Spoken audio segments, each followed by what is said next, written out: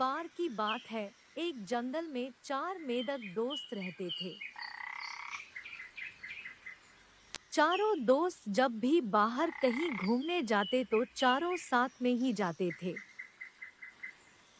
एक दिन चारों मेंढक अपने घर की तरफ जा ही रहे थे कि दो मेंढक एक बड़े से गड्ढे में गिर जाते हैं।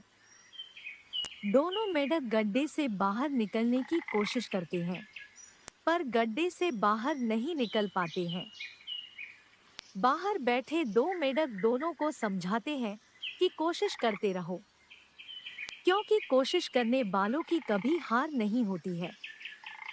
लेकिन एक मेंढक थक हार कर कूदना बंद कर देता है और सोचने लगता है कि मैं अब यहाँ से नहीं निकल पाऊंगा और मैं यही मर जाऊंगा।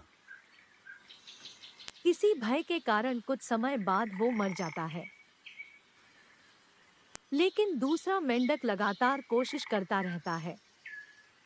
कोशिश करते करते वो बाहर की तरफ निकलने लगता है और बाहर निकल जाता है। बाहर निकलते देख बाकी मेंढक खुश हो जाते हैं। तो बताओ, इस कहानी से क्या सीख मिलती है कि कोशिश करने वालों की कभी हार नहीं होती, इसलिए हमें कभी भी हार नहीं माननी चाहिए।